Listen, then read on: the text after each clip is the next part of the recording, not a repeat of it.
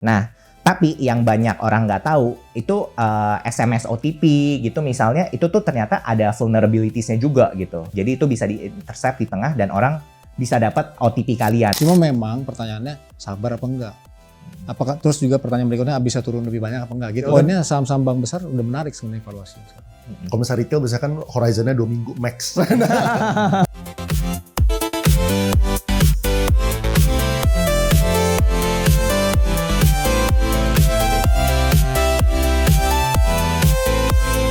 Hari ini kita bakal ngobrol sama Bro Anthony. Beliau adalah Direktur Utama Trimegah Asset Management. Sama Bro Sander. Ini mungkin co-host termahal di sini ya. Co-hostnya soal dari Stanford.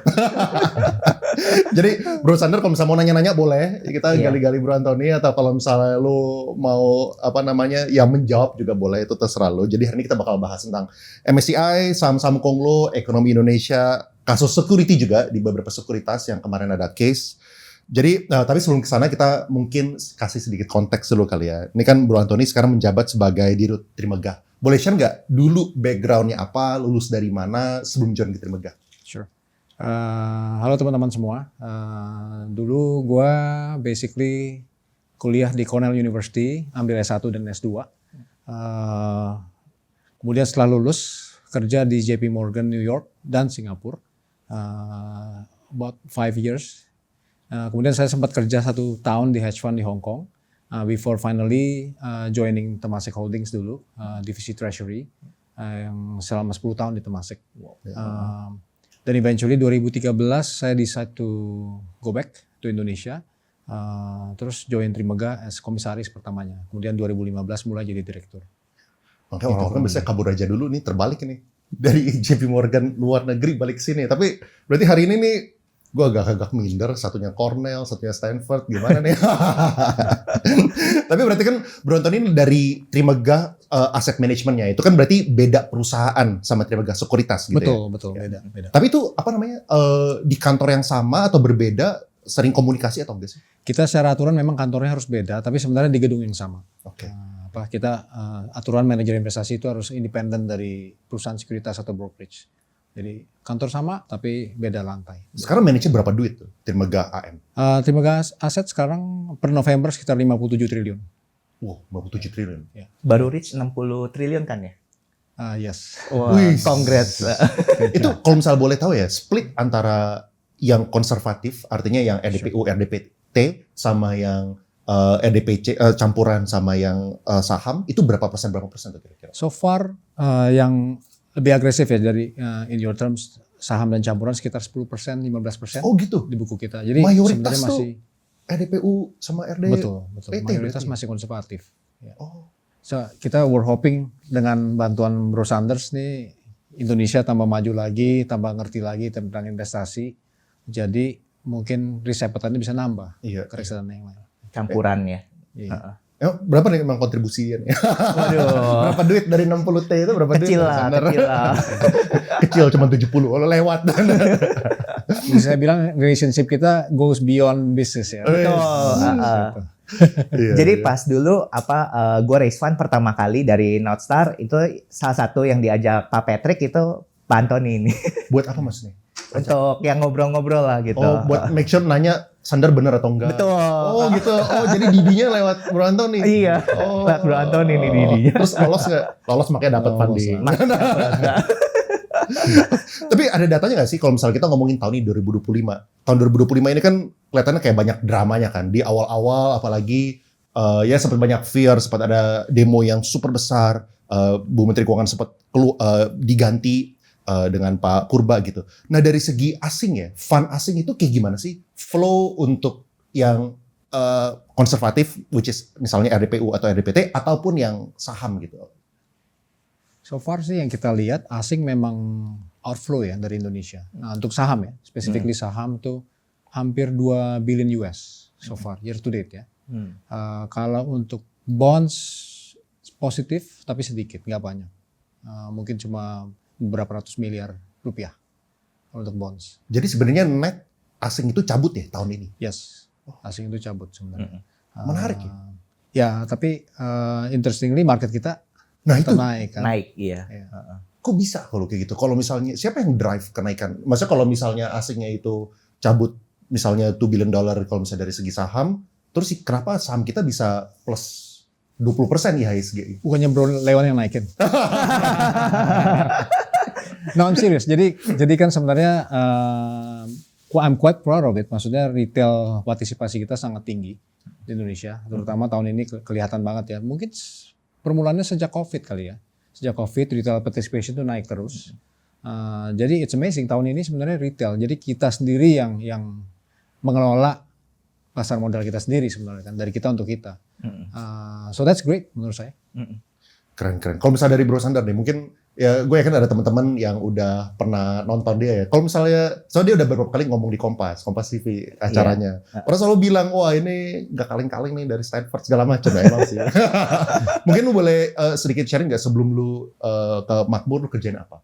Oke, jadi dulu sama kayak Bro Anthony, gue kuliah di US ya. Gue ambil S1 di University of Illinois Urbana-Champaign, terus S2 di Stanford University, jurusan Computer Science. Nah, setelah lulus itu gue kerja di quant trading company yang namanya Virtu Financial. Virtu itu dia cukup terkenal karena pas dia IPO filing gitu, dia bilang dia cuma pernah ada 1 hari rugi sejak mulai trading tahun 2009 gitu. Nah, setelah gue sekitar 10 tahun di sana, gue decide untuk balik Indonesia lah dan mendirikan Makmur. Tapi di luar sana katanya trading nggak bisa cuan bro. Nggak tahu sih gue kata siapa sih. Ini ada orang yang nanya mungkin agak ada yang baru mulai investasi. Mungkin boleh dijelaskan singkat apa itu reksadana dan cara pakai aplikasi Makmur. Oke, jadi reksadana itu intinya kalian transfer duit nih ke bank custodian, terus nanti ada fund manager seperti Trimega Asset Management dengan tim profesionalnya seperti Bro Anthony ini yang akan mengelola portfolio kalian gitu. Jadi dia yang decide duitnya itu dibeliin ke saham-saham apa aja, dibeliin ke obligasi-obligasi apa aja, atau bahkan ya ditaruh di deposito mana aja gitu. Nah, kalau mau pakai aplikasi Makmur sih ya seperti app-app lainnya ya, download aja dari Play Store atau App Store, terus isi data pribadi ya 5 menit lah harusnya udah beres. Nah, nanti tim Makmur akan verifikasi datanya gitu. Kalau datanya udah sesuai semua dengan yang tercatat di Dukcapil misalnya, nah kita akan bukain rekening reksadana itu di Kesei gitu. Nah, itu mungkin prosesnya take beberapa jam udah langsung bisa mulai investasi reksadana kalau semuanya lancar. Ini orang ada yang kepo nih. Tapi tolong jangan dijawab. Si Leon invest berapa M di APK Makmur? Pertanyaan orang-orang ini udah. Waduh, itu Makmur ada privacy policy ya, jadi nggak boleh share data nasabah ke siapapun. Jadi kalau mau gue jawab, gue harus minta konsen lu dulu nih bro. Boleh nggak gue ngomong? Atau kalau nggak dari sisi ranking aja lah. Iya, ranking sih I don't mind lah ranking. Oke, mungkin Bro Leon ini di top 0,1% lah dari semua nasabah Makmur. Makanya kalau dia undang gue ke sini ya gue mau nggak mau harus datang. Cukup buat nodong Sander, buat jadi co-host. Dan gue nggak bisa bayar. Dan gratis nggak perlu bayar. Tapi kalau gitu gue bakal undang lagi ke depannya. Waduh. Dapat co-host gratis. Kenapa pada akhirnya Makmur memiliki fitur saham Yako? Oke, itu karena ya emang banyak nasabah yang minta fitur tersebut. Jadi kalau sekarang mereka tuh misalnya untuk invest reksadana pakai Makmur, terus kalau mau trading saham ya pakai sekuritas lain gitu, aplikasi sekuritas lain. Nah, kalau sekarang semuanya udah integrated jadi satu. Jadi bisa invest di reksadana gitu. Misalnya kalau lagi nggak ada opportunity di saham ya udah taruh di reksadana dulu, RDPT, RDPU. Nah, kalau ada opportunity bisa trading saham langsung semuanya dalam one app gitu. Ini sebenarnya ada satu kungfu yang gue yakin 99,9% orang tuh belum sadar. Dengan adanya saham, fitur saham di Makmur ya. Jadi kalau misalnya dulu ya kan, gue kan juga suka in out kan. Kalau misalnya ada opportunity, gue bakal redisposition, gue tembak ke saham, atau tembak ke kripto. Abis itu kalau misalnya udah selesai, abis itu gue balikin lagi ke reksadana kayak gitu kan. Biasanya hurdle terbesar itu adalah buat ngembalikinnya bro. Soalnya kan ada maximum transfer kan. Betul. Maximum transfer tuh tergantung dari kita punya bank limit. Misalnya kalau misalnya dari other bank yang gue pakai misalnya kayak Superbank lah, habis itu Chrome lah gitu-gitu, itu transfer maksimum tuh 250 juta per hari kan. 250. Kalau misalnya kita pakai BCA kan 500. Iya. Nah, gue tuh udah pakai BCA itu, kalau misalnya kita pakai klik BCA itu bisa 500, habis itu kita bisa sign up buat company atas nama pribadi, itu dapat 500 lagi. Jadi per hari itu 1 M. Jadi kalau misalnya in out itu gede, butuh waktu 1 bulan buat balikin lagi. Jadi makanya repotnya bukan. Nah, tapi kalau misalnya kalian udah punya RDN ya, kita tuh kalau misalnya atas nama kita itu, misal bank pribadi itu Leon, dan RDN atas nama Leon, itu INA tuh bisa banyak. Batasnya sehari tuh 5M setahu gua gitu. Oh. Mentok. Jadi di atas itu perlu beberapa hari lah. Cuman jadi jauh lebih lincah. Nah, jadi kita bisa dari bank BCA biasa transfer ke RDN yang di sahamnya Makmur gitu misalnya. Nah, kita bisa langsung beli RDN-nya dengan jumbo size. Jadi lebih gede lah. Kalau misalnya ngomong jumbo nanti Andrew ketawain gua gitu. 10M apa lu jumbo ya? Jadi malu gua. Mini lot. Nah, jadi kalau nggak dulu tuh harus ke bank. Ke bank kan males kan. Iya. Itu ya gue nggak tahu sih lu intentional atau enggak, tapi gue berterima kasih banget untuk itu. Ya itu salah satu additional feature-nya lah ya. Additional feature, iya. Itu yang aku jadi jauh lebih enak lah, frictionnya jadi jauh lebih sedikit gitu. Betul, cain reksadana kan bisa langsung jumbo masuk ke RDN, nah terus bisa langsung beli saham gitu. Nah kalau udah balik pun bisa langsung dipakai lagi buat beli reksadana. Benar. Jadi jauh lebih enak, gue sih jauh lebih happy. Iya. Gitu. Soalnya kalau nggak kena limitnya jadi ini terus pasti bakal lupa juga. Betul. Kayak hari ini transfer, besok lagi sibuk lupa. Betul. Jadi in reality lama nyicil. Tapi lu bakal ada margin juga.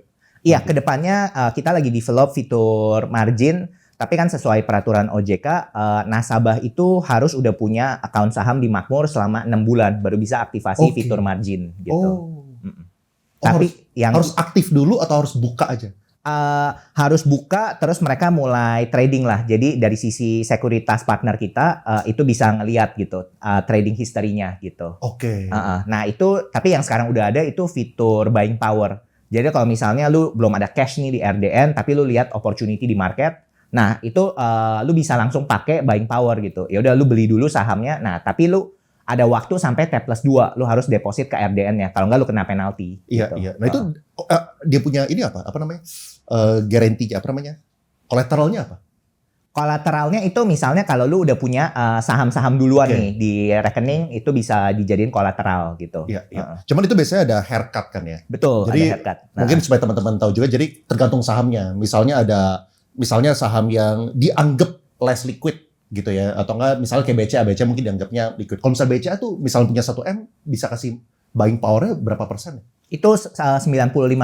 Jadi iya. Formula buying power-nya itu 3 kali cash plus 2 kali portfolio value with haircut. Gitu. Oke, iya. Tapi ada saham-saham lain yang nggak bakal dikasih juga gitu kan, karena dianggap nggak liquid. Betul. Iya. Ini ada orang yang nanya, penasaran aja sih kalau misalnya sekuritas kasih margin, biasanya source of fund-nya dari mana? Biasanya source of funds-nya itu dari MKBD atau modal kerja sekuritasnya gitu. Jadi makanya kita partner dengan OCBC Sekuritas karena mereka punya permodalan yang kuat gitu. Jadi mereka bisa support fitur margin yang kita lagi develop. Jadi ada apa ya? Bisa dibilang dari OCBC berarti kan otomatis dapat duitnya dari depositnya orang gitu kan. Ya mereka bisa minjemin duit dari KPR buat mobil segala macam tapi lewat sini juga. Sama-sama gitu. Itu kalau itu mungkin dari sisi banknya, kalau ini dari sisi sekuritasnya sendiri. Jadi mereka diinjek modal dari OCBC Singapura gitu. Beda entity, beda perusahaan. Oke. Nah ini ada salah satu pertanyaan yang paling banyak yang ditanyain sama orang yang nitip pertanyaan, yaitu terutama gara-gara isu sekuritas yang belakangan ini lagi heboh terjadi gitu ya. Ini ada orang yang nanya, tolong jelaskan gimana caranya, kalau bisa teknis, bisa terjadi kasus sekuritas yang merugikan nasabahnya. Mungkin boleh jelasin dulu nggak yang kemarin-kemarin itu isunya kayak gimana gitu, in general. Oke, jadi feel free to jump in ya if you want to. Iya, kalau sepemahaman gue itu kasusnya ada 2 tipe ya. Yang tipe pertama itu hacker bisa akses ke back-end servernya sekuritas gitu. Terus mereka bisa pakai API bank untuk mindahin duit dari RDN nasabah ke rekening lain gitu. Kalau kasus yang kedua itu hackernya dapat akses ke trading account nasabahnya. Terus accountnya itu dipakai untuk trading saham-saham dan waran-waran yang nggak liquid sampai rugi besar gitu. Nah, hackernya itu mungkin on the other side of the trade. Jadi mereka yang untung besar gitu. Nah, kalau misalnya lu ngelihat kayak gitu ya, ini berkaca dari kasus kemarin. Ternyata legalitas tidak menjamin keamanan nasabah. What solve the problem? Nah, lu kan sekarang baru launching kan, yang saham kan. Nah, gimana cara lu men-secure dan memastikan supaya itu nggak kejadian gitu? Oke, jadi legalitas itu kan cuma a piece of paper ya, itu nggak menjamin apa-apa gitu. Yang bisa membantu nasabah lebih aman itu sebenarnya sistem yang secure. Sayangnya di Indonesia, expertise untuk teknologi khususnya di security system itu belum banyak ya. Bahkan yang banyak gue lihat itu banyak perusahaan-perusahaan itu nggak security practice-nya di company itu nggak up to standards lah, itu below par. Kayak misalnya kayak password gitu atau PIN gitu, itu disimpan di database dalam bentuk clear text gitu, instead of di hash gitu. Kalau clear text semua orang yang dapat akses ke database-nya, ya udah mereka langsung bisa lihat passwordnya semua orang, PIN-nya semua orang gitu. Padahal yang best practice itu di hash dulu, jadi hash-nya aja yang disimpan di database gitu. Lu belajar sistem security gitu dari mana? Itu ya kebetulan karena background gue di computer science ya. Sama dulu kan gue sempat kerja lama di Wall Street. Jadi gue tahu beberapa best practice-nya lah yang gue implement di Makmur supaya ya nasabah Makmur lebih aman. Oke, jadi maksudnya apa itu kayak 2FA gitu-gitu Mas? Apakah itu bakal solve the problem atau apa ya? Kayak buat dari sisi nasabah nih, kayak tipsnya apa supaya kita, apa yang kita harus lakukan gitu supaya kita bisa secure? Oke, jadi security system itu kan based on 3 faktor ya. Jadi faktor yang pertama itu adalah what you know. What you know itu contohnya adalah PIN atau password gitu. Yang kedua itu adalah what you have. Itu contohnya adalah OTP ke SMS, email, atau WhatsApp gitu. Sedangkan yang ketiga itu adalah what you are. Itu biasa biometric atau fingerprint. Nah, itu yang paling minimum menurut gua itu adalah two-factor authentication. Jadi sebelum orang bisa masuk ke aplikasi, itu harus show kalau dia punya 2 dari 3 faktor yang gua sebutin sebelumnya. Nah, tapi yang banyak orang nggak tahu, itu SMS OTP gitu misalnya, itu tuh ternyata ada vulnerabilities-nya juga gitu. SMS itu nggak encrypted end-to-end kayak WhatsApp. Jadi itu bisa di-intercept di tengah dan orang bisa dapat OTP kalian gitu. Atau misalnya possibility lain, orang tuh bisa hackernya misalnya, dia ngaku jadi kalian ke gerai mobile network gitu, bilang oh SIM card saya hilang gitu. Terus kasih misalnya kalau fotokopi KTP atau kartu keluarga, misalnya kalau dia dapat dari somewhere gitu. Nah, itu dia bisa dapetin nomor kalian dengan SIM card baru gitu. Nah, jadi kalau OTP masuk ke nomor kalian, ya itu keluar di HP dia gitu. Kalau dia udah dapat SIM cardnya. Jadi itu WhatsApp kan juga bakal kena tuh kalau kayak gitu. Makanya kita baru rilis fitur baru yang namanya time based OTP atau TOTP. Ini jadi kode 6 digit yang dikeluarin dari Google Authenticator yang diinstal di HP kalian, jadi jauh lebih secure. Oh yang pakai authenticator. Betul. Iya. Oke, kalau misalnya dari Bro Antoni ada tambahan nggak kalau misalnya ngomongin security? Ya dari perspektif reksadana sih ya, kita memang kalau di industri reksadana memang diatur bahwa setiap uang yang masuk misalnya berasal dari account A, itu keluarnya hanya bisa ke account A juga. Jadi benar-benar diatur spesifik ya. Jadi sebenarnya dana itu hanya bisa melalui pipa yang sama ya, ke ujung A ke B gitu kan, dari reksadana. Jadi sebenarnya cukup terjamin kalau untuk di reksadana ya. Yang saya tahu di sekuritas ini kelihatannya teman-teman sekuritas semua juga sudah dikumpulkan oleh otoritas, oleh bursa juga. Kelihatannya sekarang memang lagi di solve menjadi isu bersama sih itu masalah security. Ya kelihatannya bakal ini jadi pelajaran supaya semoga jangan terulang kali betul, gitu ya. Betul sekali. Soalnya itu yang paling bikin khawatir saya. Kita kan punya uncertainty di market ya. Seharusnya ada cukup uncertainty di market kan. Jangan uncertainty di duit tiba-tiba hilang, waduh serem. Betul. Saya bisa nambahin contohnya di reksadana ya. Sebenarnya banyak orang yang di Indonesia kurang mengerti. Reksadana itu tadi kan Bro Sanders bilang uangnya dimasukin ke custody ya. Banyak orang yang nggak sadar di reksadana di Indonesia sebenarnya setupnya sangat-sangat baik loh. Dari perspektif me coming back from the US. Di US ada hedge fund yang melakukan self custody biasanya. Tipu-tipu misalnya. Itu kayak Bernard Madoff misalnya gitu kan. Nah di Indonesia ini sudah diatur sedemikian rupa sehingga reksadana itu sebenarnya bankruptcy remote. Jadi contoh bankruptcy remote tuh bebas dari kemungkinan bankrupt sebenarnya secara setupnya. Contoh. Misalnya Anda taruh uang di Trimegah Aset misalnya. Terus Trimegah Aset misalnya ya no wood kenapa-napa misalnya. Uang Anda tuh aman sebenarnya. Karena disimpan di bank custodian, di account custodian yang juga terpisah by the way dari buku bank tersebut. Contoh misalnya bank custodian siapa? CIMB Niaga.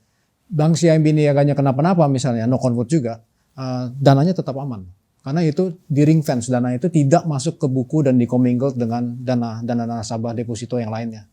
Itu contoh. Jadi di Indonesia itu setupnya sangat baik sebenarnya untuk di reksadana. Iya. Ya ini berarti udah dijawab nih. Soalnya ada yang nanya bagaimana kalian menangani jika ada nasabah kalian yang mengalami masalah pembobolan. Kalau misalnya dari reksadana kelihatannya beda ya dari sekuritas. Soalnya kan kalau misalnya sekuritas kan sebenarnya juga kalau misalnya kita tarik dana harus tarik dana ke atas nama yang sama kan seharusnya gitu. Harus nama yang sama. Harusnya. Cuman yang kemarin itu dia malah belanjain waran segala macam tuh. Ya kan dibikin rugi. Tapi kalau misalnya reksadana kayaknya sulit buat itu terjadi kayaknya. Iya, nggak bisa. Soalnya bank kastodian akan cek ini tuh dana hasil pencairan reksadana ditransfer ke rekening yang nama pemiliknya sama atau enggak dengan nama pemilik reksadananya. Kalau beda, bank kastodian akan tolak gitu menjalankan itu transfer dana pencairannya. Dan juga ada counter check. Jadi selain bank kastodi, kami manajer investasi juga ngecek. Jadi kita ada 4 eyes policy di manajer investasi, ada 4 eyes policy juga di bank kastodi. Jadi itu mungkin ada 8 eyes. 8 eyes checking, iya. Kalau misalnya dari Bro Antoni ya, boleh share nggak tadi dengan misalnya regulator udah manggil sekuritas untuk ini, apakah kelihatannya itu bakal jadi lebih baik buat kedepannya gitu? Menurut saya akan lebih baik. Ini kelihatannya ini masalah bersama ya kan, sebenarnya kalau to be fair yang dihack bukan hanya ini ya, mungkin kartu kredit kita punya dihack juga gitu kan. Di Indonesia ini mungkin menjadi ladang yang cukup parah ya untuk dihack, hacker untuk masuk sini, dan mereka juga cukup canggih kan coding mereka. Jadi ya itu masalah bersama saya kira di industri. Pasti kedepannya akan lebih baik menurut saya.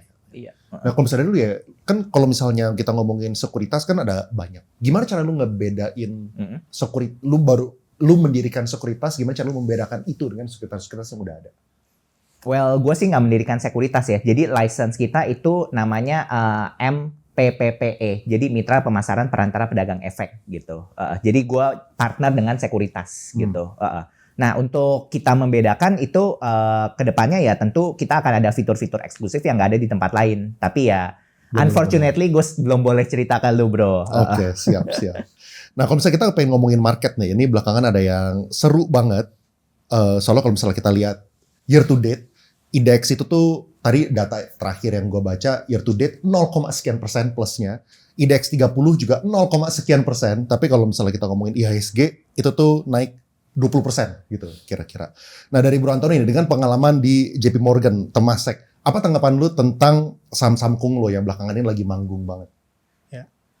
First of all, saham Konglo saya sulit juga ya kalau secara what's defining saham Konglo sebenarnya, apa grup-grup besar gitu ya. BCA juga saham Konglo. BCA juga saham Konglo sebenarnya. Jadi mungkin yang dimaksud Bro Leon kan ya saham-saham yang disinyalir digoreng-goreng atau sebagainya. Kami memiliki perspektif kalau di Trimegah sih kita lihatnya praktikal aja ya. Sebenarnya kita di Trimegah Aset contohnya kita lihat 2 hal. Yang pertama valuasi. Valuasi itu kan bisa dijustify apakah ini benar-benar bargain basement value murah sekali gitu kan, atau memang valuasi ini berdasarkan growth yang bisa diproyeksikan ke depannya. Tapi kita juga lihat yang kedua, kita butuh katalis kalau mau beli saham. Nggak semerta-merta saham ini murah atau growth-nya pun menarik tapi nggak ada katalisnya, kita nggak masuk biasanya. Jadi kalau kita pragmatis, jadi kalau di Trimegah Aset ya saham-saham Konglo ada beberapa yang honestly ada yang masuk ke portfolio mungkin tapi nggak banyak, karena kalau di kita I don't run the investment team, tapi ada direktur investasi terpisah, but we impose kayak ada risk management metrics. Contohnya berapa hari yang dibutuhkan, likuiditas harus tinggi. Kita selalu monitor terus berapa hari yang dibutuhkan untuk melikuidasi seluruh portfolio. Jika just in case nasabah kita perlu kan. Jadi itu sendiri yang akan membatasi sebenarnya. Kalau misalnya jadi dalam istilah Bro Leon barusan saham-saham Konglo, kalau nggak liquid otomatis nggak akan bisa banyak di portfolio porsinya. Ya. Karena nanti akan terdeteksi oleh risk monitoring kami. Gitu. Boleh share nggak sih maksudnya itu apa? Jadi artinya kan kalau misalnya ada nasabah yang redeemnya itu besar, otomatis kalau misalnya dia likuiditasnya kurang bakal jadi ARB berjilid gitu jadinya, bahkan nggak bisa keluar gitu sahamnya kan. Apa yang terjadi kalau misalnya nih nasabah udah pengen tarik duitnya tapi kena lock gitu ARB gitu, terus kayak gimana gitu? Ya. Yang jadi menarik tadi pertanyaannya very thoughtful question sebenarnya. Jadi kita di industri reksadana contoh ya, tadi mungkin konteksnya reksadana saham, ya kan reksadana saham diwajibkan memiliki saham minimum 80%, ya kan. Jadi kenapa tadi saya sebutkan risk matrix, gue sebutkan risk matrix tentang days to liquidate untuk memonitor ya. Jadi itu ada hubungannya dengan itu. Meskipun kita sudah mulut berbusa ya seolah ke nasabah, kalau reksadana saham sebaiknya investment horizon-nya 3 tahun, 5 tahun ke depan, begitu kan? That's the theory, finance 101. Jadi lebih baik kalau saham investasi jangka panjang. Tapi kenyataannya ada saja mungkin nasabah yang membutuhkan likuiditas. Nah, jadi ketika membutuhkan likuiditas, kalau kita istilahnya semua kelok di saham-saham yang sangat tidak liquid, contoh ekstrimnya 100% kita belikan saham-saham yang tidak liquid semua. Precisely ketika nasabah ada, mungkin ada yang redeem 10% dari reksadana jumlahnya gitu, mungkin nggak akan bisa dipenuhi. Ya kan, apalagi kalau ARB misalnya gitu kan. Jadi ini otomatis sebenarnya menarik, jadi kita saham-saham yang kurang liquid mungkin bisa menambah alfa, bisa dapat cuan lebih gitu kan. Tapi at the same time juga harus dibalance dengan kebutuhan likuiditas. Jadi sebenarnya asset management interesting ya, reksadana itu it's not pure science, it's also an art to manage the asset and liability. Jadi saya mention asset and liability mirip-mirip bank sebenarnya kan. Bank contohnya ya, bank manapun sebenarnya in theory kalau diras seluruh nasabahnya pasti collapse, ya kan. Bank is in the business of managing asset versus liability. Liability-nya harus diperhatikan, berapa depositonya, berapa lama maturity-nya, sebulan, 6 bulan kah, 12 bulan gitu kan. Sama reksadana kita selalu memantau liability kita. Sebenarnya kita nggak berhutang, tapi just in case nasabah membutuhkan likuiditas, kita harus bisa menerka-nerka nih, mereka butuh uang pada saat itu juga. Not good kan, kalau misalnya nasabah redeem tiba-tiba nggak bisa dapat uangnya. Mungkin that's ya, jadi cara apa namanya itu jadi consideration tambahan untuk AM, terutama kalau bisa mengelola duit yang besar gitu ya. Dari OJK soalnya ada peraturan harus dibayarkan dalam 7 hari kerja kan. Betul. Jadi kalau misalnya yang illiquid gitu mau jual gitu 7 hari nggak bisa, itu repot. Iya. Soalnya mesti bayar ke nasabah kalau nasabah cairin. Iya. Nah tapi kalau misalnya dari pertumbuhan market sekarang berdasarkan apalagi pengalamannya kan udah di mana, berarti udah Hong Kong, Singapura, Amerika gitu kan. Nah apakah fenomena yang soalnya kan kayaknya kesannya ya saham-saham yang dengan per 300-500 ribu yang terus bahkan kesannya tuh nggak ada berhentinya, kesannya tuh di Indonesia baru kejadian belakangan ini kesannya. Tapi dari pengalaman lu deh di berbagai negara, apalagi udah berpuluh-puluh tahun di industri ini kan, kayak apakah ini sebuah hal yang kejadian cuma di Indonesia doang, atau negara-negara lain juga ada kejadian seperti ini? Oh, saya kira every country ya, semua negara ada fasenya sebenarnya. Jadi kita memasuki fase yang interesting, di mana sebenarnya kita sadar apa enggak retail participation.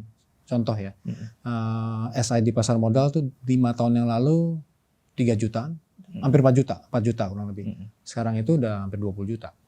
Jadi itu dalam 5 tahun mungkin COVID menjadi triggernya gitu kan. Partisipasi ini terus menaik.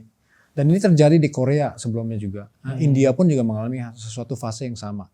Jadi ini mungkin fase permulaan buat kita, di mana market kita akan bertambah mature lama-lama, dan eventually will become a developed market. Sekarang ini mungkin kita masih masuk ukuran no matter what we like it or not di labelnya emerging market gitu kan sekarang.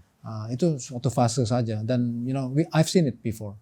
Iya. Boleh share nggak sih kayak resikonya apa? Maksudnya kan apakah yang mau ditanya sih, apakah kalau misalnya kita invest di sebuah saham yang PER-nya itu 300-500, kayak kira-kira dari segi resiko itu kayak gimana dibandingkan sama perusahaan-perusahaan yang kita ngikutin textbook gitu, oh harus cari yang undervalued berdasarkan future cash flow segala macam. At the end of the day menurut saya rule of thumb ya in investing, sebenarnya you have to know yourself. Actually interestingly not knowing the instrument. You have to know yourself sebenarnya. Kita harus ngerti diri kita sendiri apa. Jadi maksudnya saya apa? Kalau kita beli saham A gitu ya, mau itu saham gorengan kah atau saham yang berdasarkan value, kita tahu kita masuk berdasarkan analisa apa. Jangan sekali-sekali masuk ke saham A karena dengar kata Bro Sanders misalnya, dibilang suruh masuk, kemudian keluarnya berdasarkan analisa Bro Leon. Itu kan berbeda udah. Jadi harus konsisten intinya.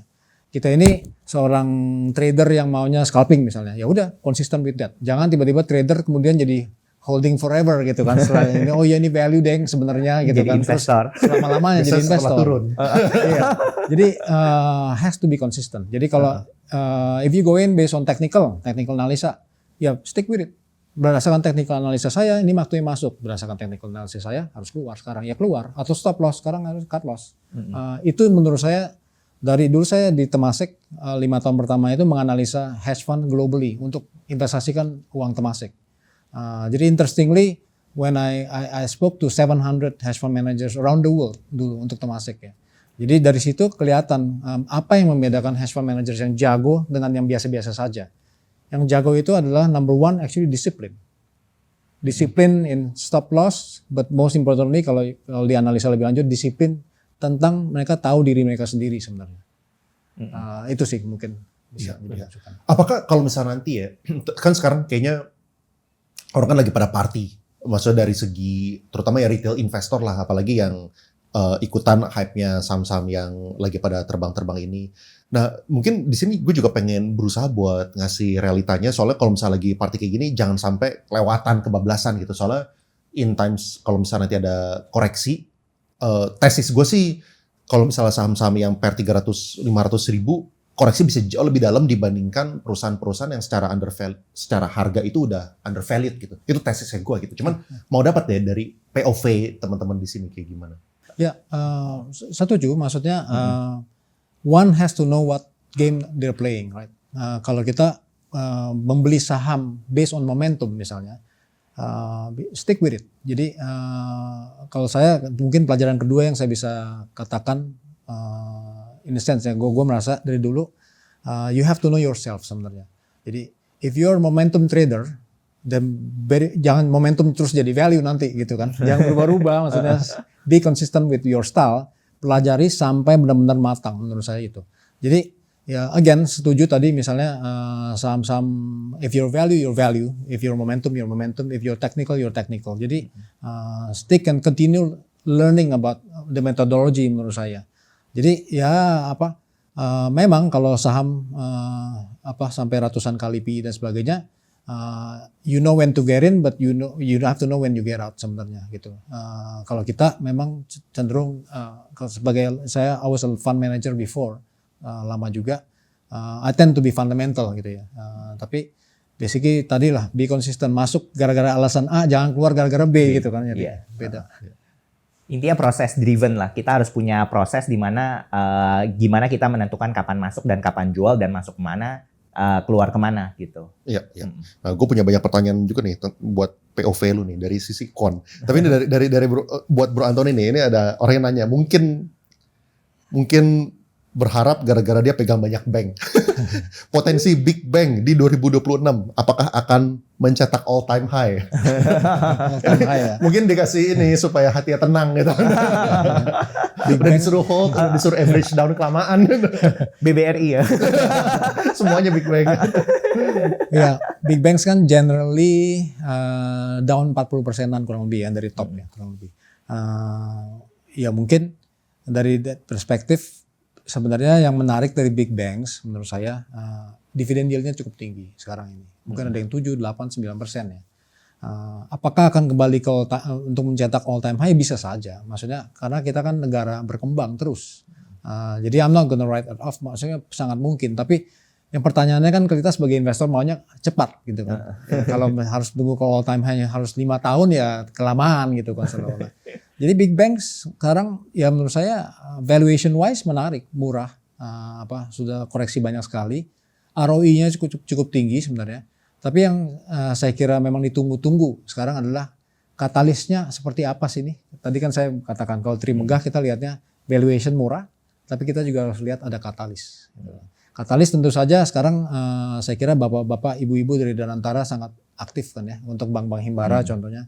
Mereka mau revamp, mereka mau reorganize, mungkin ada bisnis yang nggak sesuai ditutup dan sebagainya atau di-combine.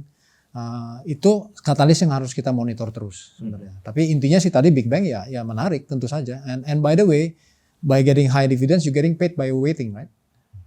Kita sambil nunggu dapat dividen, minum air gitu kan, ya dapat dividen gitu. Iya. Kalau misalnya dari Sander nih gimana nih? Kan sebelumnya lu sharing background lu dari kon. Banyak orang pastinya menurut gua 99,999% itu nggak ngerti apa itu kon. Lu boleh jelasin nggak kerjaan lu apa sebenarnya? Oke. Jadi quant sendiri tuh ada berbagai jenis ya. Ada quant yang expert di option pricing, terus ada quant itu yang mungkin expert di factor models, terus ada quant yang expert misalnya di market microstructure dan lain-lain. Kalau gua sendiri itu dulu experience-nya di US itu di quant yang di side yang market microstructure. Soalnya kan gue di quant trading company gitu. Tapi intinya Quant itu apa ya? Orang yang analyze data, terus mereka bikin model, terus run back test gitu. Terus ya trade atau invest secara sistematis berdasarkan model yang mereka udah validate itu. Gitu. Jadi ideal lu bikin program supaya dia trading sendiri dan lu terus optimize programnya gitu. Secara gampang apakah kayak gitu? Nggak harus, kalau dulu gua iya semuanya dibikin jadi program gitu, tapi nggak harus selalu program. Ada juga misalnya yang quant, misalnya yang factor models, ya udah mereka bikin factor modelsnya, nah tapi mereka trade-nya misalnya masih manual, itu bisa aja gitu. Tapi mereka trade sesuai dengan rekomendasi dari sistemnya. Oh, jadi lu yang ngebikin sistem lah, mau ini otomatis atau manual terserah. Iya. Tapi lu bikin kayak parameter-parameter dan lu terus ngecekin dan nge-tweak parameter ini gitu kira-kira gitu. Betul, kurang lebih kayak gitu. Nah, kalau misalnya dari POV Quant itu kayak gimana ngelihat saham-saham apa namanya yang lagi pada terbang-terbang tahun ini? Oke, kalau dari apa ya kacamata quant mungkin itu bisa dijelasin pakai factor models ya. Jadi kalau yang mungkin apa ya faktor-faktor yang biasa dipakai di market untuk ngejelasin return dari suatu saham itu ada yang namanya value factor, terus ada yang namanya size factor, ada yang namanya profitability factor, momentum factor, dan lain-lain gitu. Nah, kalau saham Konglo sendiri itu ada salah satu factor yang bisa kita lihat itu adalah misalnya free float-nya. Ini kan saham-saham Konglo yang free float-nya itu kecil, makanya bisa di-drive setinggi itu gitu. Nah, kita sendiri sih in-house udah analyze juga dan adalah beberapa faktor yang bisa menjelaskan return saham-saham Konglo ini. Gitu. Apa dong? Di-spill dong bro. Waduh, itu in-house research bro. Oh, in-house research. Oke. Tapi apakah, apa ya, kayak kalau misalnya dari, mungkin, berarti tadi ada beberapa faktor ya tadi. Dari segi valuation juga ada, Betul. dari segi momentum juga ada. Tapi kan kayak misalnya ya, kayak kita lihat kalau misalnya free float yang tertulis, itu kan belum tentu benar-benar actual free float gitu. Nah terus lu nge-optimize datanya buat lu mengetahui itu factor in ke model lu gimana caranya? Itu kita kan bisa lihat dari data KSEI yang lebih detail gitu, holdingsnya gitu. Apakah lu split gitu? Oh yang ini di-exclude, yang ini di-include? Iya ada lah intinya seperti itu. Karena kita nggak dikasih gue galir ya di sini. Tapi kalau misalnya dari sisi, mungkin kayak gini, apakah kalau misalnya dari sisi quant itu dulu ya, kayak buat instrumen-instrumen di luar negeri, apakah ada misalnya nih, oh ini perusahaan itu harus under value juga, baru ini masuk ke stock universe-nya di Virtu gitu misalnya. Atau itu tuh nggak masuk gara-gara udah kemahalan, makanya walaupun lu pakai metodologi lu nggak mau di-consider at all gara-gara kemahalan. Apakah ada kayak gitu ya? Kalau di Virtu dulu sih enggak, soalnya strategi di tim gue itu kan lebih ke high frequency trading gitu. Jadi kayak PE, PBV gitu-gitu nggak matter di time scale tersebut gitu. Average holding period kita dulu cuma 20 menit gitu. 20 menit? Betul. Jadi variabel-variabel yang kita lihat itu lebih ke variabel market microstructure seperti order book, trade, dan mungkin juga pergerakan indeks dan saham-saham lain yang related gitu. Apakah quant itu applicable untuk market Indonesia? Baik saham maupun bonds? Quant itu kalau gue lihat itu kan sebuah approach untuk investasi atau trading ya. Jadi selama masih ada data, menurut gue itu approach yang bisa dipakai di mana aja dan ke aset kelas manapun gitu. Yang membedakan apakah ini model yang dihasilkan itu profitable atau enggak, itu kan tergantung quantnya sendiri gitu. Apakah dia bisa bikin model tuh yang bagus gitu. Kalau modelnya overfit gitu, misalnya cuma jalan di historical data, ya itu nggak akan profitable gitu. Mungkin saya bisa nambahin dikit. Oh enggak, silakan. Soalnya saya dulu juga quant based. Oh dulu juga quant based. Ada ya, bisa quant research. Tapi di Indonesia itu selama ini kita kan terima kasih ngeliatin banyak teman-teman yang dari luar mau masuk, mau apply the quantitative strategy di Indonesia. Kesulitannya kebanyakan tuh teman-teman komplain tentang likuiditas sebenarnya. Nah tadi kan percakapan kita tentang retail participation, that's actually good. Itu perkembangan yang bagus buat negara kita sebenarnya. Nanti kalau likuiditasnya bisa lebih improve, nanti institusi lebih aktif dan sebagainya, otomatis quant strategi akan bisa lebih aktif. Betul. Itu sih yang kita lihat ya. Iya. Mungkin kalau misalnya sekarang untuk di develop jadinya nggak worth it, soalnya size untuk in outnya jadinya terlalu kecil gitu ya. Di dunia hedge fund tuh ada yang namanya kapasitas, interestingly. Dulu jadi kalau saya dulu di Temasek mau berinvestasi di suatu hedge fund, pertanyaan pertama kita tanya adalah Anda taruh uang sendiri nggak di hedge fund tersebut? Jadi itu alignment of interest namanya. Betul. We apply the same thing di Trimegah. Kita paksa teman-teman Trimegah ini, bukan paksa sih, mereka kita invest sendiri di reksadana Trimegah banyak sekali. Jadi that's alignment of interest, that's good. Tapi number 2 yang very important adalah berapa besar size yang fund yang kamu manage kalau dulu di hedge fund. Karena Temasek waktu itu kita lihat kalau terlalu besar biasanya udah boyot, gerakannya lambat. Betul. Mau quant strategy mau apapun mereka kadang-kadang sudah reach maximum capacity nggak bisa keluar masuk. Misalnya tadi kan Bro Sanders bilang misalnya 20 menit trading di Virtu kan. Kalau I'm sure it's a size tertentu. Betul, size-nya itu Kalau size-nya dijadiin 100 billion it's gonna be difficult. nggak bisa. Nggak bisa. Betul. Gitu. Jadi there's such thing called capacity sebenarnya. Nah, oke, ini mungkin pertanyaan menarik nih. Kapan feature quant trading di Makmur bisa rilis? Udah nggak sabar mau subscribe biar tinggal santai. Mungkin boleh dari Bro Anthony boleh share ya. Kayak kira-kira how long does it take supaya kita tuh bisa nyampe ke titik tertentu di mana size itu udah cukup untuk strategi seperti ini tuh masuk gitu. Nanti lu bisa feel free buat tambahin. Ya, think semuanya tuh at the end of the day harus menyesuaikan dengan likuiditas di Indonesia. Betul. I'm sure Bro Sanders sih pengalaman banget lah dengan dulu pengalaman di Amerika. Dia pasti bisa nerka-nerka size-nya berapa. I don't have any practical size yang applicable sekarang, tapi generally ya secara umum misalnya kalau mengelola reksadana, kita ngomong saham aja ya, nggak usah fixed income kan. Kalau saham itu I'm sure kalau udah 10 triliun udah mulai sulit di Indonesia. 10 triliun mungkin tuh 5% of 10%-nya kan 1 triliun sudah. 5%-nya 500 miliar. Itu mau gerakin secara cepat tuh pasti sulit sekali. 500 miliar ya uang besar. Berarti mungkin hanya bisa di saham-saham bank besar, BCA dan sebagainya yang ada likuiditas untuk menampung itu.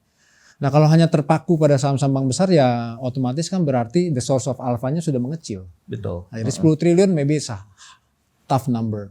Mungkin dari teman-teman pengalaman yang makanya pada nyerah, itu biasanya 1 triliun mungkin sudah ini mulai mikir-mikir gitu biasanya. 1 triliun maybe is still doable. Kalau kita di Trimegah bukan quant kan, kita nggak pakai mesin. Masih human, proprietary idea dan everything, cari-cari informasi di pasar, itu berapa triliun masih possible menurut kami. Nah, tapi kalau misalnya gitu ya, curious deh, kan kalau misalnya nih udah sampai 10T gitu kan, kenapa nggak dipecah aja gitu? Oh jangan 10T di satu reksadana saham gitu, tapi kita pecah jadi 10 gitu kan, jadi kan 1T gitu. Betul, that's precisely what one should do. Benar banget itu benar-benar itu yang dilakukan oleh Temasek dulu. Jadi Bro Leon you leading to the right thing basically. Jadi di quant strategy pun Bridgewater contohnya kan. Iya. Bridgewater is quantitative fundamental approach-nya. Tadi yang faktor modal dan sebagainya yang Bro Sanders bilang.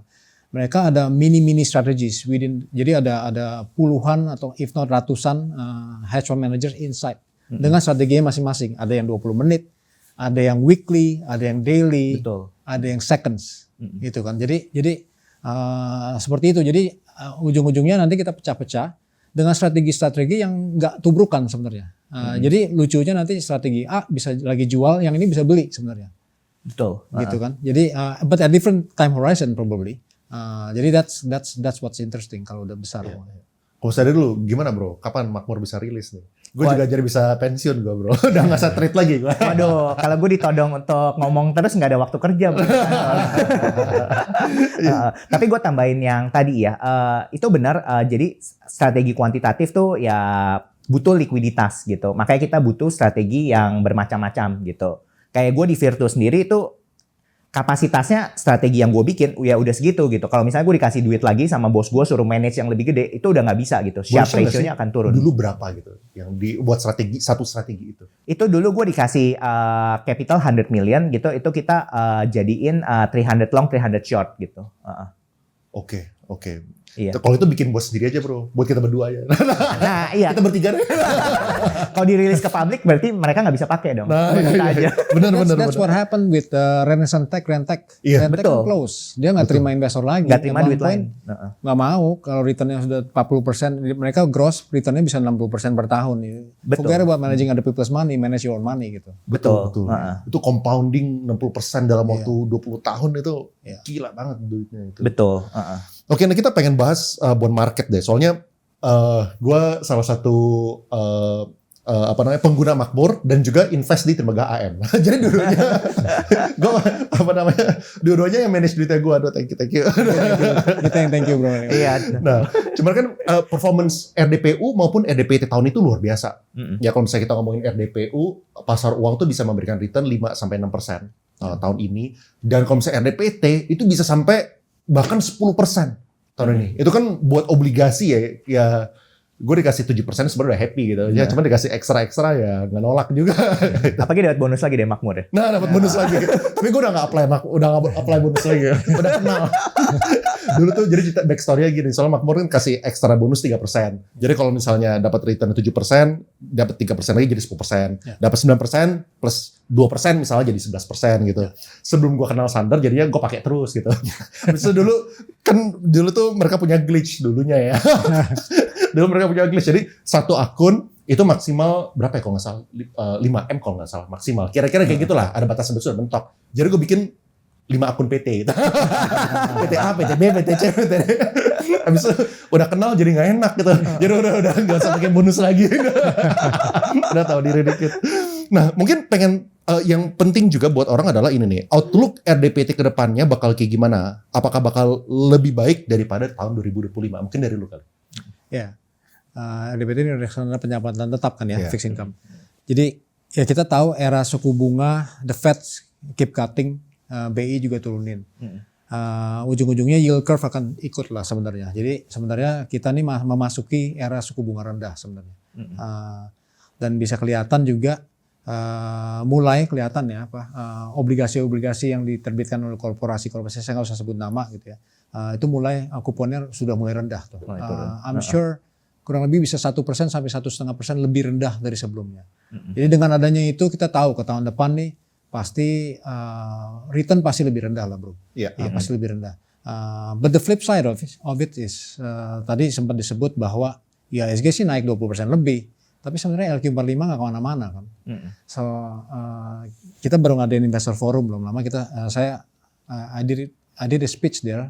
Basically kita analisa LQ45 contohnya. Tahun lalu itu minus 15 loh. Tahun ini flat lah dibilang ya 1%, nothing.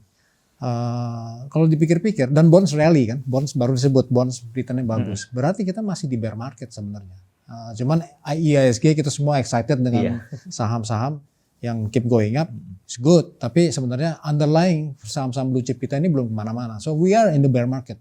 Jadi what exciting next year sebenarnya lebih di saham menurut saya dan teman-teman Trimega. Nah, jadi bonds itu yes, is still there, return tapi harus siap-siap return akan lebih rendah menurut saya. Iya. Menarik ya.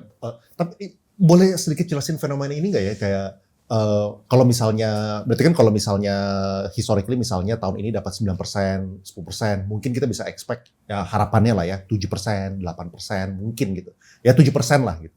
Nah, cuman kemarin menariknya tuh waktu waktu BI itu tuh pangkas rate, kita sempat ada spike sedikit di RDPT. Nah, boleh nggak sih jelasin fenomena itu gitu? Kayak kenapa kalau misalnya kalau misalnya kita pangkas rate, artinya kan kalau misalnya ada perusahaan maupun pemerintah itu mengeluarkan obligasi baru pasti rate-nya lebih rendah dibandingkan sebelumnya gitu kan. Nah tapi kenapa waktu ada announcement pemangkasan rate ada sempat spike dari segi harga RDPT gitu? Oh iya, itu is just bond math. Jadi bond math. Jadi bond math itu matematika dalam bonds atau obligasi itu yield movement itu berbanding terbalik dengan harga jadinya. Mungkin analoginya seperti ini. Kalau kita taruh deposito di bank, setahun dapat bunga 7% misalnya gitu. Tiba-tiba baru kita taruh hari ini, besokannya suku bunga turun semua, jadi ke 5%. Pertanyaannya, deposito yang baru kita lock 1 tahun itu apakah lebih berharga sekarang daripada sebelumnya? Jawabannya iya, lebih berharga dong, karena yang baru-baru semua 5% gitu. Nah, jadi kalau itu harus dihargai, this is the way bond math works kan. Dihargai, pasti harganya kalau kita taruh misalnya berapa, 100 juta di deposito yang 7% itu. Misalnya kita mau lempar nih di secondary market, yuk beli deh deposito dari gua. Pasti belinya mungkin 101 harganya. Gitu, kurang lebih seperti itu. Jadi that's how bond math, matematika di dalam obligasi bergerak seperti itu. Makanya ketika baru beli obligasi kemarin, kemudian BI cut rates aggressively, harganya naik. Cuma ke depannya sebagai investor baru kalau kita masuk nih kan harganya sudah naik ya. Berarti kan otomatis upside-nya returnnya berkurang. Gitu. Ya sebenarnya gue juga punya tesis yang sedikit mirip tadi dari pembicaraannya Bro Antoni ya, kayak soalnya ya kita kan berusaha untuk masuk ke sesuatu yang kalau bisa belum ATH, belum all time high. Misalnya kayak Bitcoin kemarin ATH di 120.000, habis itu S&P 500 kan lagi ATH gitu kan. IHSG sekarang lagi ATH ya, otomatis saham-saham yang PR-nya tinggi lagi pada ATH juga gitu. Nah ini nih yang fundamental based ini nih lagi rendah sekali kalau misalnya kita keluarin the top sekian Konglo stock, IHSG kita paling cuma 5 ribuan gitu misalnya kan. Jadi ya itu harapan gue sih juga jadi the next play-nya ya. Let's see lah gitu. Tapi kalau misalnya dulu personally kayak gitu juga kan. Ya gue sih kurang lebih kayak gitu ya. Kalau lagi ada opportunity baru pindahin ke saham, tapi kalau lagi nggak ada ya bakal di RDPT. Gitu. Oke. Tadi Bro Leon udah nyebut, misalnya tadi ekspektasi Bro Leon sendiri misalnya reksadana pendapatan tetap 7%, let's say bisa 6%, 7% lah ya gitu. Misalnya dividen saham-saham bank-bank besar aja udah ada yang 8%, 9%. So that's exactly right. Kita sambil nunggu, kita sambil menyelam minum air. Jadi kita sambil nunggu nih dibayar dividen yang tinggi. Cuma memang pertanyaannya sabar apa enggak? Apakah terus juga pertanyaan berikutnya bisa turun lebih banyak apa enggak gitu Iya, kan? exactly. Of course, pasti gitu. Kalau misalnya retail kan, Poinnya saham-saham bank besar udah menarik sebenarnya evaluasinya sekarang. kalau misalnya retail biasanya kan horizonnya 2 minggu max. Maksimal. Iya. Ini ada pertanyaan nih buat Sander nih. Mengapa reksadana di Makmur rata punya return yang lebih tinggi ketimbang di aplikasi lain? Ini juga pertanyaan gue sih sebenarnya. Kungfu lu apa bro? Oke. Itu mungkin karena gue Sering nyolekin Anthony gitu ya. Ayo, tinggiin lagi gitu ya. Well, itu sih sebenarnya karena gua sama direktur Makmur yang satu lagi namanya Pak Stefanus, dia itu backgroundnya juga pernah manage fund di US ya. Nah, jadi tuh kita biasa sebelum masukin manajer investasi baru atau reksadana baru ke Makmur, nah biasa kita interview dulu nih fund manajernya gitu. Kita tanya, mereka strategi investasinya gimana, market outlook-nya gimana ke depan gitu. Nah, dari situ kan kita bisa dengerin tuh pas mereka jelasin, apakah mereka thought prosesnya tuh logical dan terstruktur gitu. Kalau saya nggak masalah gitu, kalau misalnya view dia berbeda sama gua gitu ya nggak masalah sama sekali. Tapi yang penting tuh cara mikir dia tuh ya make sense lah gitu dan ada prosesnya gitu. Nah dari situ kita lanjut lihat ke fun fact sheet-nya gitu. Apakah yang dia omongin ini nih konsisten sama yang dia beli gitu, yang dia taruh di portfolio dia gitu. Nah setelah itu kita lihat next step-nya lagi. Kita lihat kayak sebulan, 2 bulan, 3 bulan gitu. Kita lihat kalau ternyata market view dia benar gitu, itu tuh dia cuannya berapa banyak gitu. Kayak dia outperform dibanding reksadana sejenisnya tuh berapa banyak. Tapi kalau view dia salah, itu juga ruginya tuh underperformnya seberapa banyak gitu. Nah dari sana aja kan kita udah bisa ngelihat reksadana mana tuh yang fund manajernya bisa mengelola portfolionya ya sesuai view dia, konsisten, disiplin dan itu. Nah itu dari sana udah banyak yang kefilter, jadi yang masuk ke Makmur itu benar-benar yang udah terkurasi gitu. Makanya returnnya bisa ya better lah gitu. Iya. Alhamdulillah terima kasih masuk. Berarti lolos kurasi berarti. Salah satu di awal yang masuk. Oh iya. Cuma kalau misalnya boleh tambahin yang US based dong bro. Siap. Gue juga invest yang di itu kan yang base USD. Yang apa namanya? RDPT Fixed Income USD kan. Fixed Income USD. So lumayan dapat 4%, habis itu dapat ya upside dari dolarnya 3%. Appreciation-nya dolar gitu. Iya. Ya buat inilah diversifikasi. Iya, mungkin Bro Antoni bisa bikin gitu. Permintaan di sini ditodongnya di podcast ya. Memang kurang ajar nodong orang dari podcast. Ini buat Bro Antoni nih, bagaimana prospek industri aset manajemen ke depannya setelah melihat banyak orang yang sebenarnya tidak mau belajar investasi tetapi langsung terjun ke saham dan kripto dengan motivasi supaya cepat kaya? Ya, sebenarnya secara matematika ya prospek industri investasi lah, industri reksadana itu masih sangat-sangat tinggi di Indonesia. Jadi based on math, saya pernah lakukan analisa. Gue pernah analisa. Jadi dibandingkan negara-negara lain, AUM kita dibandingkan dengan GDP itu rendah sekali loh, 4,5%. Walaupun dengan pertumbuhan retail segitu banyaknya tetap rendah. Retail ini pertumbuhannya di trading saham. Oke. Di dalam reksadana itu sekitar 4,5% dari GDP, AUM the whole industry ya. Dibandingkan dengan Malaysia dan Thailand itu 20-25%. Jadi sebenarnya sangat-sangat, the sky is the limit sekarang buat kita. Cuma memang kita perlu GDP per kapita jauh di atas 5.000. Jadi ini sejalan nih dengan program Indonesia Emas gitu ya. Iya. Sebenarnya jadi prospeknya ke situ. Tapi we're happy to see retail semangat untuk partisipasi, trading dan sebagainya. Saya kira cuma masalah fokus. Mungkin juga yang nggak tahu ya, ini ada fenomena. Saya sering diundang ke diskusi-diskusi untuk presentasi dan sebagainya. banyak orang mengeluh tentang ekonomi lagi lemah kan, nggak kemana-mana. Mungkin itu juga menjadi fenomena, daripada invest capex, capital expenditure, ngedein bisnis, mendingan gue main saham, gitu kan, duit-duit nganggur atau reksadana penampungan tetap gitu kan. Jadi uang-uang ini, likuiditas ini sekarang mengalirnya ke situ, tapi menurut saya ya nanti ketika aktivitas ekonomi kembali balik, everybody has a choice kan, semua punya pilihan. Mau fokus ke bisnisnya yang bisa cuan lebih banyak, atau dia mungkin main-main saham sendiri bisa cuan, ada juga yang enggak loh, gitu kan. Jadi suatu saat ya udahlah, aku fokus ke bisnis ini cuan lebih banyak. Jadi dan serahkan ke tenaga profesional seperti kami sebagai manajer investasi untuk manage keuangannya. Jadi seperti itu kan. Kalau ada yang iseng-iseng mungkin tetap jalan terus, tapi kan mungkin nggak punya waktu sebanyak itu gitu. Untuk mantengin market. Untuk mantengin gitu. market terus. Ya. Dari Bro Anthony sama Bro Sandar ya, punya nggak sih kalau misalnya tadi dari segi sekuritas atau jumlah SID itu kan bertumbuhnya pesat sekali kalau misalnya dari segi retail. Tapi kalau misalnya dari segi AUM reksadana itu kira-kira kayak gimana sih kayak patternnya ya tahun ini atau dibandingkan dengan tahun-tahun sebelumnya? Iya, udah berapa tahun sebelumnya flat ya. Baru tahun ini kita grow berapa persen tuh? 30%. 30%. Ya. Tapi sebenarnya ya it's pretty sad. Sebenarnya sedih melihatnya. Iya. Ya. Jadi 5 tahun terakhir tuh flat, nggak kemana-mana. Kita Trimegah Asset has been able to grow karena kita grab market share. Baru tahun ini tiba-tiba naik 30%. Tapi coba 30% dibagi 5. Cuma 6 before combining, 6%. 5% lah kalau including compounding. Jadi sebenarnya sejalan aja dengan pertumbuhan GDP kita. Betul. Jadi nggak kemana-mana sebenarnya intinya. Baru tahun ini playing catch up. Apa yang mengakibatkan kenaikan tahun ini 30% itu? Tahun ini saya kira kenaikan hanya terjadi, benar nggak Bro Sanders, di second half ya? Second half, iya. First half-nya tuh flat, second half ini. Jadi in line with the likuiditas yang mulai banyak di market. Mungkin juga in line with Pak Purbaya ya. Betul. Dia kan inject ke bank-bank. Oh. Jadi sejak itu kan mungkin banyak liquidity di market, nah mulai itu grow. Oh, ada dampak yang kelihatan dari situ berarti ya? Betul. Wah, thank you Pak Purba. Thank you IHSG hampir 9.000.